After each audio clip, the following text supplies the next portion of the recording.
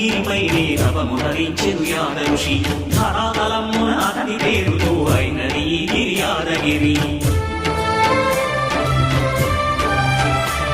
ఈ గుహలో వెలసెను ప్రాయమహోజ్వల జ్వాలా నరసింహుడు